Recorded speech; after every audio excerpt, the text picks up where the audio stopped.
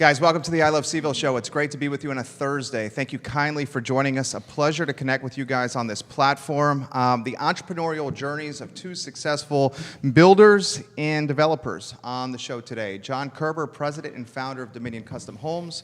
Frank Ballif, the president and founder of Southern Development, in the house. We're going to spotlight their journeys. We're going to talk about the trials and tribulations of being a successful builder and developer in the Central Virginia market. Three guys shooting the proverbial you-know-what in a bar or a barbershop, having a good time for the next 45 minutes. If you could, give it a like and share on any of the platforms you are watching. We will welcome the fellas to the show in a matter of 90 seconds. First, we give some love to one of our favorite clients, Intrastate Pest and Service Companies. Here's a 15-second snapshot on their evolution. The business started in 1969 with the first generation. His name, Mr. Wells. He took his personal truck, sweat equity, and a dream to build a business and turn it into a behemoth. In 1969, he would service his first client successfully and then find the closest payphone and say, "May I come to your home now?"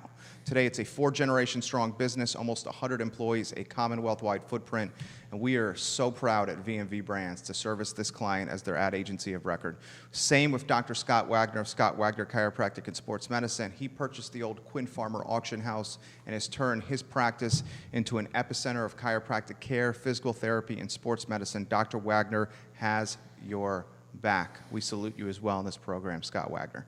Harris Tolber is our director. He has the easy job of keeping us on task. That is no easy task. I am incredibly high energy, if you haven't already realized that. Harris, my friend, let's go to the studio cam. Let's welcome two gentlemen to the show.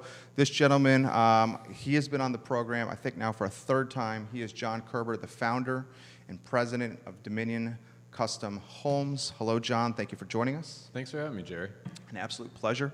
This gentleman, his first rodeo at the I Love CVille Studios, Frank Ballif, founder and president of Southern Development, launched the company while as a student at the University of Virginia. I have a feeling you have a lot you're going to talk about here. We're going to get John to start first. John, I've asked you this before. Introduce yourself to the viewing public, my friend. All right, thank you, Jerry. Yeah, my name is John Kerber. My wife and I, her name is Chris. We moved to the area right around 2000. Had the opportunity to work for a builder in charge of purchasing and scheduling for a period of time, and then some doors opened, and we started our own company. We've been enjoying the process ever since. We have two sons, a rising 8th grader and a rising freshman in high school, and we love calling Charlottesville home. Nicole Scroll, welcome to the program. She's dabbling in building herself. Marina Ringstrom, thank you for joining us. Denise Ramey, Keith Smith, ton of Charlottesville agents watching the program right now. Frank, jump in the mix. Who is Frank Ballif, besides being a badass racquetball player? And a male model. And a male model. This is going to be a lively show. It is. Frank, the show is yours. Anywhere you want to go. Well, my wife, Melissa, and I met at UVA. We graduated in 2000, so I never left Charlottesville. We have 3 daughters, 8, 12, and 14. We live in Earlysville on a farm with some cows. Raise some grass-fed beef as a hobby, and it really is a lot of fun, so a very fun hobby. And started building homes in '99, so this is our 20th year, and really excited this year we deliver our 1,000th home. That's awesome. That is awesome. 2 big-time milestones there. John, how about the birth story of the business? My background is I went to college for construction management, and when we started our company, it was basically one spec home out in the rural Albemarle County countryside. And since then, we've had a lot of great clients request us to help them build their vision. I'm very curious of the birth story of your business as well, Frank. Launching a business as a student at the University of Virginia. Show's yours on that topic. Well, I studied civil engineering at UVA, and while I was there, I interned for Dr. Hurt, who's been in business and real estate in Charlottesville since I think around 1955. He hired me at minimum wage to do a whole bunch of random things, and I got a taste of pretty much everything in real estate. But somewhere along the way, before I graduated, he sold me some land. It was actually a subdivision, 8 lots off of Dudley Mountain Road. I didn't have any money, so he was kind enough to finance it, and I was dumb enough to really have no idea that it was a risky proposition, but was able to get my real estate license in college and sell a few lots in college. I also found a piece of property out in Keswick, and my mother co-signed for me to build a spec house. Again, I don't think I had nothing to lose, and I had no concept of risk, so I jumped in. Luckily for me, somebody bought the house. It closed a month before I graduated, and just kind of went from there. We have grown what we've done through a seller financing deal to start. Did some leverage on that first seller financing deal, had a debt to equity at one time of roughly 90% to 10, which was terrifying. That has since been whittled down to a very safe, probably 75-25 on the safe side. The reason I'm throwing this out there is the concept of risk to launch a company as entrepreneurs. 80% of small businesses fail in their first 3 years. Construction, I would think that that number may be potentially higher. How about the risk mindset, the risk management when you're launching a company like that, John? 17 years in for you. Well, my story is very similar to Frank, because even though I worked for some builders, the first downturn I was exposed to, I was actually in college. So I was, working as a assistant project manager for a company while I was going to school. And so it didn't even faze me. It didn't even register. Honestly, my priorities were elsewhere at the time, to be honest with you. And then, like Frank said, when we started our company, to think about how we started it, where we decided to put that first spec house, it's crazy. You don't know what you don't know. And I think as you season in the business and get a little of that gray hair wisdom, your perspective changed, but it's just amazing how blessed we were to, like Frank said, have sold that first house. I've certainly taken a lot more risks since I've gotten married and have a kid. When it was just me, it was like, let's go. What's the worst that can lose? What's the worst that can happen? I can just build it back up again. Now, certainly hedging a lot more. Dr. Hurt with Virginia Land Company, strong mentor for you. Mm-hmm. Put his mentorship in perspective and how that's impacted your rise as a developer. He's been great for me. Back in college, would take the time to talk to me about pretty much anything. I was always interested in real estate and land development. As a student, after I was working there for a little while, I had approached him. I lived nearby where he was living at the time, and offered to come and pick up his 2 vehicles, bring them back, wash them, wax them, clean the inside of both, to be able to go to lunch and ask him anything I wanted to about real estate, which was super cool. So I held up my end of the deal, and he did the same. But yeah, he still, to this day, I go see him often, get a lot of advice. We still do some transactions together. He's really an amazing guy who loves more than anything the thrill of making a deal. So I feel like, if anything, that's what he taught me the most of. How about mentorships for you? Well, before we get off the thrill of making a deal, one thing my wife made me promise before I got on the show with you is I wouldn't come back with anything that I didn't have before the start of the show. It doesn't matter whether it's a townhouse, a side of beef. Anytime you meet Frank, Chris is watching right now. Always selling. That hurts, Chris. That really hurts. And I do have some stuff to tell you. John, that was freaking hilarious. I've known this guy a long time. I don't know if you remember this, Frank, but my first interaction with you was calling you to vet out a trade partner. Yeah. And that's how far back we go. Yeah. I think that's when you were still in college, to be honest with you. So Frank is a great guy. He is, as he mentioned, he's very shy. He's very much the wallflower. You really have to peel him back to get him to open up. But he's He's a great guy. He's a lot of fun. I've known him for years, and we've had a lot of fun on the Blue Ridge Home Builder boards and things like that. So You were too kind. it's- He's my male modeling mentor. My wife, who's watching right now, said, "Don't come home with anything from Frank either." I know what you're thinking, Jerry. Don't buy any more effing real estate. That's literally He's got what these she's put in the little feed. wallet-sized VAR contracts in his pocket. I mean, the guy is ruthless. He's we can ruthless. DocuSign it. Oh, that's so Exactly, funny. exactly. We're up That's with the so times. funny. Mike Condor, who's on your team, is watching right now. What are some of your favorite aspects of your career, your profession that you enjoy doing? I would imagine it's the human connection. I love people. Yeah. Especially the characters that we've worked with and get to work with every day in construction. That's definitely my favorite part. We have a lot of trade partners and vendors that we've worked with. Some of these relationships are 20 years, and a bunch that are over 15, and the majority of what's left are over 10. So we have long, loyal, mutually beneficial relationships, but that leads to a lot of fun and crazy stories. Probably none of those I could say. You know, here. you can. You can. This is not radio or TV. You can say whatever you want. I may try to pull them out of you here. You love, we talked about this, you love taking a dream and making it a reality. Absolutely. Like Frank hit on, this is a people business, so we get to work on it both sides, both on the procurement, dealing with the trade partners and the vendors in those relationships that we cultivate over time. But then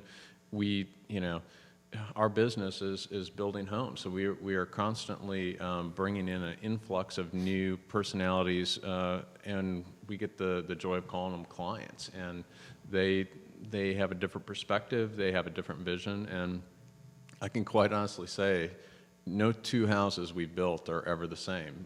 Some of them have very similar aspects, and some of them might be a derivative of an earlier plan, something that they've seen on our website and admire that we custom built for another family and that they asked us to modify for them. But it's really what the joy of the business is, the interactions with the people that we get to have. Welcome to the program, Christopher Eagle of Real Estate 3. You have 5 real estate firms watching the program right now. We have Roy Wheeler, Real Estate 3. We have the Sasha Farmer team. We have Keller Williams and Logan Foster on the broadcast. This topic, I think with Shark Tank and The Profit and all these CNBC shows that glorify what we do as entrepreneurs, creates a stigma that is not reality. I think being an entrepreneur and a number one at a company is time-consuming, it's stressful, it's all-encompassing. I never put this down to the point my wife has named her Misty, the other woman. She is jealous of my phone because I'm constantly on the phone. Throw that topic to you, especially in the early stages of what the consumption of starting a company is like. Yeah, I mean, you're all in. I think that's the best way to describe it, and probably the only way to describe it. I think the most stressful times for me came with the recession and the few years after that. I don't think I slept much. I know I worked way too much, worked every weekend, and just walked around feeling like I had the weight of the world on my shoulders every day. So I would like to not do that again. Should be really great. How about an anecdote from the recession for you? Put it in perspective through like a first-hand story. Yeah. Well, I mean, I can think of a lot. I don't think that we would have been successful making it through without those long-term relationships with our trade partners and suppliers. It was really a team effort. Our team really hunkered down and did everything we could. We chased every half a penny, did every dance for every banker. You do what you have to do. But that feeling of all in, to me, there was never like a question of, okay, well, I'm just gonna quit. This just isn't for me There's anymore. no plan B. Right, there was no plan B, so you just keep on trucking. All of a sudden one day, probably years after it truly ended, all of a sudden you realize, oh, I guess it's not so bad anymore. But I was years before I recognized that. Kelly Dye, First Citizens Bank, welcome to the program. First Heritage Mortgage, thank you for joining us. Same question for you, John. How about an anecdote, tough times? Yeah, I mean, it really kind of tests your mettle. It tests your team's mettle. You have to pivot. You end up doing things that maybe aren't your core business model, but you have clients that need something done, and maybe it's not your normal, not typically what you'll be doing in your business model, but you spin and to keep those people that you've worked so hard, your team together. That's the big thing, because honestly, especially when you get to be the size that Frank is, the team is kind of the core, the essence of who you are, and you work hard and you put a lot of blood, sweat, and tears into growing that team. You have some of your team members watching now. Go ahead, Frank. I was just going to say, it was at that time that John and I both got into male modeling, trying to make ends meet. I think John was more successful in the male modeling realm. Well, no, I put Sears and Roebuck out of business, man. That's what happened. He was JCPenney, I was Tractor Supply in Duluth, so I don't know. Oh, God, you guys are cracking me up. How about the scale strategy? How you take it from a UVA student and were you a third year? Yeah.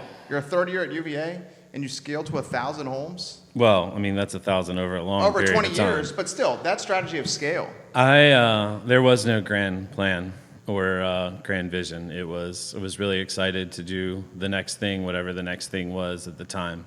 We're definitely not focused on growth and volume and count. We are focused on being profitable, doing a good job, keeping everybody busy. So it's been way more organic. I mean, when you look back, 20 years is a long period of time. But the first year was 1, and then it was maybe 3, and then maybe 7. There was a long period of time where we were building maybe in the 40s a year, and then the 70s and 80s, and to where we are now. But it's been more slow and methodical. We're not chasing volume to chase volume. I totally understand that. How about you're choosing the right people to work with, because that makes the deals easier as opposed to just chasing dollars to chase dollars. I totally get that concept. How about the concept of development? I mean, when you go from custom home building, and I'll throw this to both you guys, to developing a neighborhood like Prophet Ridge, different level of risk, different skill set, a longer play than building a custom home. Yeah. Educate us. Actually, Frank would be a much better one to talk to this than I could, but you hit on all the key points, and you're dealing with a variety of stakeholders. Even if you don't think they have a stake in it, sometimes there's stakeholders out there. And just the vision that you have. I mean, it's, for me, the vision on a home is a lot easier to wrap my head around sometimes. I'm not as visionary as like a Frank or somebody like that, but being able to have that vision and being able to see it to fruition, I think that's the rewarding part, and that's why you get into developing or building. What intrigued you about Prophet Ridge? The location. Yeah. There wasn't anything really there. The last community, or the closest community like it was Benavar, and it was a unique offering, and it was about built out when we actually was built out when we decided to develop Prophet Ridge, and it just a lot of our clientele has ties both to Northern Virginia and to UVA some way somehow, so it just seemed positioned right on that 29 North corridor. I love it. Frank, jump in the mix here with going from building homes to developing neighborhoods. I guess over the long haul, we've done both together throughout our history. But I mean, we've got, like, Charlie Armstrong runs all the land development side on our end. He has the vision way more than I do. I like to sell things, but I think you probably know that. But I think our entire team gets a lot of satisfaction out of starting something from start to finish. And it is a process, and it's a process that has become exponentially more complicated and expensive every year. And that's a fact. It takes more time, more headache, and a lot more money, which is difficult. I don't know that serves our community in the best in the long run, but we do like being able to control it from the beginning to the end, be able to put a neighborhood together, put the streets in, build the homes. And I know, like, Prophet Ridge is an awesome place, and it's awesome, like, everything y'all have done in there. It's beautiful. But that means a lot to you, just like I think to our team it means a lot to us. So to me, they go hand in hand. You can't really build houses if you don't have a lot to put the house on. So. How about the risk play? Oh yeah, it's risky. It's dumb. Super dumb. I mean, how much exponentially? How much riskier? All of it. I mean, every time you get a real estate loan, You guys got cojones, man. Either that or they're already leveraged so much we can't find them. I don't know which. But truly, all real estate financing, your personal guarantees across everything. And it's a risky proposition. I think in general, we do a pretty good job of trying to meet a demand that the market has. So in that standpoint, the things sell eventually, but it's a very risky business, but very capital intensive and very risky. Not just from market factors, but from weird things that happen in the banking world, or difficulties with permits and approvals, or things we face every day. Did you guys see? And I got stung with this firsthand. In 2007, 2008, when the banks were lending money to every Tom, Dick, and Harry, and the money was flowing like hotcakes.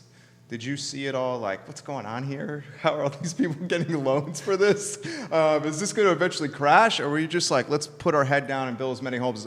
Talk to me about that. We're pretty conservative just in our approach to business. So we've always,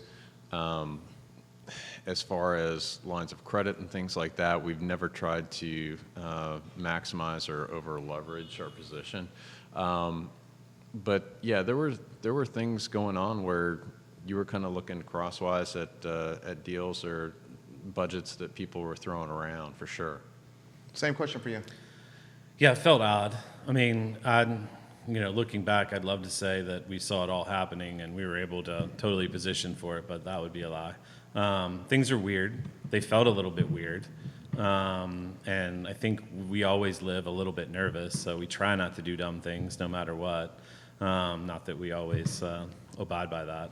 But I think the timing of it, for us, it caught us in a pretty decent position where we were finishing up some projects. Some of the stuff we had were in areas where things were still selling, and we muddled through it. But it was tough, and it changed the world very quickly.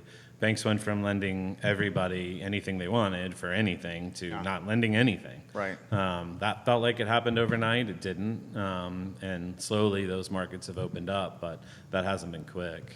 What's the, I'm just curious from a personal standpoint, what's the morning routine like for you guys? Like, you getting up in the morning to make sure you have a good day? You have 2 sons. He's got 3 daughters. That's 3 daughters. Tough right there. Yeah, Frank's going around checking windows, doors, making sure the security cameras are still armed. What's your morning routine like? Actually, the older I get, the longer I have to spend working the kinks out, stretching, that type of thing. So typically the first hour to hour and a half will be a little bit of stretching exercise, morning devotionals, that type of thing. And then the house starts to come alive. The dog wants to go out, all that good manner of the house. You send early emails. Well, you're up. Yeah, I am. So what's? I do like that about you, John. Elliot Harding, welcome to the program. Thank you for joining us. Belby Brown, who's running for city council, thank you for joining us. We got some planning commissioners watching the program right now. How about your morning routine, Frank? For me, I like to wake up early and go to the gym. I know I've seen you playing racquetball. This guy's really, really good at racquetball, by the way. He plays racquetball with Charlie. I No. see him in the mornings, and they're getting after it. You get after it. You're a competitive dude. What's up, Michael Guthrie? Thank you for joining us. But if I ever play you, I'm definitely going with the Crisco thing. I'm going to run into you because I feel like that's going to help my game. He's going to body check me. I'm sure it's in the rules somewhere. I don't think you can you can't tackle on racquetball, Frank. What's your routine like? You said you do something every morning? I do. Yeah? Yeah. Either racquetball or tennis or 9-round, the kickboxing cardio thing's really a lot of fun. Yeah? Yeah. Why? Because you're just like beating something and getting some stress out? Yeah, punching, kicking, Yeah? talking smack to everybody in there, then going to Bojangles after, which is very important because we believe in balance. What are you getting, a chicken biscuit? I get the chicken, no biscuit. The chicken, no It's biscuit. classier when you're driving through the drive-thru, eating the chicken on the way out. It looks good. Frank's got some jokes right now. That is actually not a joke. It is true. Bojangles knows me well. Michael Guthrie says, great to see Frank and John on the show. Welcome to the show. Jeff Gaffney, thank you for joining us. How about throw this to you? The plans for, you're 17 years in. Like, how far out do you forecast, like, goals for the business and, like, yourself? Like, what's the next 3, 5, 10? Like, what are you trying to do here for Dominion Custom Homes and Dominion Development? Honestly, we are going to keep building as long as we have homeowners that want to put their trust in us, to be quite honest. I love it. I love going out to the job site and smelling the fresh turned dirt. I love going out and smelling the sawdust. I love interacting with our clients, and as we walk them through different phases of their home being built, that they're pleasantly surprised by an aspect or a feature that's going to make their life easier, but they didn't know was going to be in a certain spot or that was included, that type of thing. How about same question for you, Frank? Well, we love building homes in neighborhoods, and don't have anything else to do or anywhere else to go.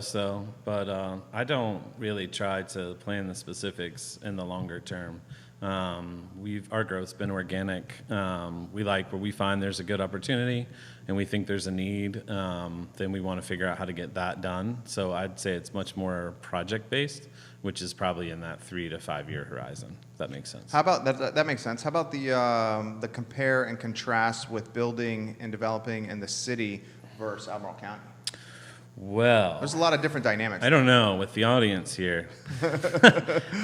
Yeah, so we have built a lot of homes in the city for a long period of time. So probably somewhere around 300 or so of the homes we built are in the city of Charlottesville. And lately it's been unbelievably difficult. I don't know how else to say it. Albemarle County, like in a project that's there where things are approved, it seems to run reasonably smooth. It's a little more predictable of a process. But obviously we love the city, but it's a challenge to build homes in Charlottesville, no question. We've talked with Oliver Kootner and Keith Woodard here, and they've both said that they're shifting their attentions to different municipalities. Oliver is very focused on Lynchburg and doing some fantastic work there. Throw this topic to you, John. Do we see some growth areas? I mean, like if you look at the second quarter car report, Greene County's booming. Like Greene County, it's like, what's the phrase, and we talk about it on the show, drive till you qualify. And Greene County's got some price points that are extremely reasonable, still got the amenities of like the Hollymead, Forest Lakes area, and it's still a hop, skip, and a jump from Charlottesville, the epicenter from employment. What are you seeing kind of in your forecast as some hot spots for growth? Well, definitely north and to the east. Our clientele, I think, at least for that 5-year horizon and probably beyond, is still going to be the Charlottesville, Albemarle County region. I mean, we'll go outside of it, a few here and there, and venture a little bit deeper into Central Virginia. But for the most part, that's where our clientele wants to be. What do you think, Frank? For us, we, over the long period of time, have done projects in Greene County and Fluvanna County and Louisa County. Yeah, I think there's a lot of factors that make land costs, development process a little more attractive in those outlying counties, which gets to price points that are not possible to produce in our current systems in the city and in the county. So I think those things come in waves. I think in the long history, I think at one point, and I don't remember the time frame, but I think it was a solid 10 or more years, like Lake Monticello produced 400 homes a year. And that was never quite replaced. So, I mean, I think those things shift. A lot of folks watching right now. Michael Guthrie says, we at Roy Wheeler Company are grateful for the opportunity to represent both of these guys and their companies. The entrepreneur Kyle Reniger is watching right now. 5 firms now watching now. Give it a like and share on any of the streams that you're watching. As the millennials get deeper with their disposable income and become the primary purchasing kind of demographic, I feel like the mindset's changed. I fit that mindset. When I first arrived to Charlottesville in 2000, there was almost this mindset of we need to build a fence around Charlottesville and Albemarle County, and when one person leaves, then we let another person in. That mindset has now changed more to like, let's do strategic growth, strategic development, and we need to continue to grow to drive the economy here. How about throwing that topic to you? You've been here since 2000. Seems like the market has changed. Yeah, I came in '96, but okay. I don't know that I paid much attention until '98. I don't know. I think maybe from a more of a community global perspective, there's thoughtful planning of where we want to build. But I think when you get down to the specific project, then and it involves adjoining certain particular neighbors, it becomes a little more personal. And I don't know very many folks that embrace a new project of any type, regardless of what the comprehensive plan says, right next to them. And that's just the reality of humanity. So that impacts that. But from a global perspective, yeah, we can look and say, hey, these are our growth areas, and this is where we'd like to grow over time, and we like to have a diverse housing stock. But when you get where the rubber meets the road and you're talking about the actual specifics, those things sometimes go away. What do you think, John? Yeah, I think that personal comment is right on the head. I mean, once it hits somebody with their commute, their line at Bojangles, any number of things. Bojangles is super efficient. They can keep them coming. Where is the Bojangles? There's one on Pantops, right? Is there another Bojangles? Interestingly enough, there very is. close to Prophet Ridge and Earlysville. Right. I mean, we've Nice got it covered. plug. Close to everything. There you go. No, finish your thought, though. What were you thinking? No, the personal comment is it. I mean, when we can, as a community, put whatever we want in the comprehensive plan, but where people really start to pay attention and it hits their radar is when it's, right around the corner from them. If it's on the other side of town, it's in the noise for them. I love it. Gary Albert, State Farm, welcome to the program. Keith Smith, who's done a lot of development in Lake Monticello, says Frank is spot on. 20 years, Lake Monticello produced 400 plus units. That is an astronomical. 20 years. Yeah. Yeah. 20 years, 400 plus units. What do you think of that? It made sense. I mean, they were able to offer housing at a price that the Albemarle County market was not. But as those lots were sold, there wasn't really anything to replace that. I think you're seeing some things replace that now in green, specific projects and specific price points. I agree. Gerard Smith, who ran for Board of Supervisors, welcome to the program. 2 Board of Supervisors watching now, current Board of Supervisors. I see not only the Greene County market blowing up, but that Zion's Crossroads, Louisa, Fluvanna corridor being really, really hot just because it's so expensive in Charlottesville. There's not any land left really in Charlottesville, 10.27 square miles. Albemarle County's pricey. I think that's safe to say.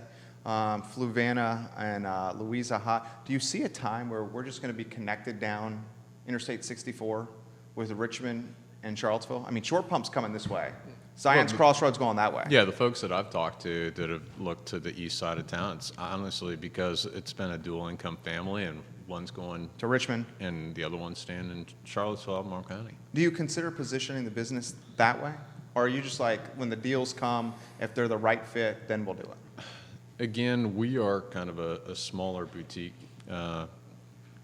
custom home building company. So as far as the number of projects we need to do to run our business model, we're not a volume based. So we look for the right projects. We look for clients that we would actually, one of the tests that we have are, would these be fun clients to work with? Because it's a long-term relationship. It Sure. really is. For sure. It's like a marriage. How about it's maybe tougher than a marriage? Yeah. I mean, you got a lot of money involved. How about the interface with you, and I'm going to throw this to you, Frank, as well, but the interface with you with a custom home builder, custom homes every time you do it, with the architect, with your team and you, and with the client themselves. I mean, you got 3 moving parts there. Yeah, and in a perfect world, we are in there very early on to help them, like you mentioned, with the architect or the draftsman in the design to give them the benefit of a builder's perspective at that point, as well as once we start to go vertical out of the ground. Every client has a different personality. Every client has different goals, and I'm saying client singularly, but it typically is a couple. So sometimes you don't want to get into the marriage consultation part of it, right. But it's nice when they come where the husband and wife have congruent goals. Same vision. That's very important. That's very important. We have a document that we call our fun homework, and we ask them to fill it out together, so that way we're building one house for the couple. And you'd be surprised how many times that if they fill it out independently, their answers don't exactly align. Jay White in Keswick, he's in the home building business watching right now. Throw this to you. Your model, different. in that you have the design center on Cherry, and you're coming in with options for your clients. This is what we like to do. Throw that concept to you of how you kind of manage expectations with your clients. Well, I think from our standpoint, we have in-house design, so we create our floor plans. We create options for those floor plans that we think home buyers are going to want. And for folks that are interested in building with us, we love for them to come into our model homes, see exactly what's in our models, understand what's included and what's not included. And we like folks to go to our design center to do an included features tour where they get shown everything that is included with the price, all the things that we offer, so that everybody goes into it knowing exactly what they're getting and what's available to them. How about the strategy with taking a design center, putting it on Cherry Avenue? Okay, I mean, that took some cojones there. It's a fabulous building. It's very beautiful. I mean, you took a little risk right there. I know you needed kind of like an epicenter or like a headquarters for the team and a place for folks to meet. Throw me that whole plan. Well, we owned the building before. It used to be Charlottesville Flower Man. Right. We used to have the piece next door that's a hotel now. But we did renovate it into a design center. I think for us and for what we do, it's a way where we can offer roughly 4,000 different choices to every home buyer in one super convenient place, and it's a fun process, very stress-free, without having to go to a bunch of different vendors or having to coordinate all of those different things separately. And it was a huge investment. It still is a huge investment, but it's really paid off. Mostly in terms of how people feel about it. The folks that come through and come out love it. They like the experience. We like the experience. It's really been a win-win, but it was a very large investment, no doubt. One of your colleagues... And that location is awesome. Oh, it is. It's just saying. You're going to blow up there. That's a great location. It's next to a beautiful hotel. You can see the UVA hospital. I'm curious to see what Charlie and I think it's Enterprise Homes out of Baltimore. They got a contingency on that Kim's Market property. Oh, I'm yeah. curious to see what happens with that. Yeah. But I think you're in a great spot. Rick Spagoni, welcome to the program. Denise Ramey, our client, watching now. We got someone who's a jokester coming in. Jerry, don't use my name. I love these guys. I work closely with them. Ask them when's the last time they've actually swung a hammer. For me, probably last weekend on the farm, but I don't think any of our home buyers want me doing anything. Yeah, but I pick up a lot of trash on job sites because it's my thing. John, when's the last time you swung a hammer? Swinging a hammer is one thing. Hitting a nail on the head, that's the other. So, which is it? Which is it? So you said you swung a hammer. Oh, yeah. I actually just yesterday I had to swing a hammer. I had a trailer that needed a little, we'll just call it love, to get it back into line. Corbin Snow is watching from Snow's Garden Center. He's going to join us next week on the program. We got about 5 minutes left with this, fellas, and I think let's have some fun. Let's kind of let the hair down a little bit and loosen the collar. You around town, what are you doing? Restaurants? Where are you going? What are you doing? Nightlife? You got some free time with the wife? You got a babysitter? What are you doing? With 3 kids. No babysitter? We stay pretty close to Earlysville. So what's that, Timberwood North? Timberwood is one of my favorite places. Yeah. And it's very close to Bojangles. Just mention. Appetizers, man. Yeah. No, I do love Timberwood North. Adam and Lynn have done a great job with Timberwood. It's an awesome place, yeah. But anyway, yeah, I think for the most part, we don't get out to downtown at night very often. Now, during the day, I eat everywhere in and around Charlottesville. I'm very good at eating food, so I do it often. I enjoy eating food as well. Larry Rhodes, welcome to the program. Clyde Smith, watching now.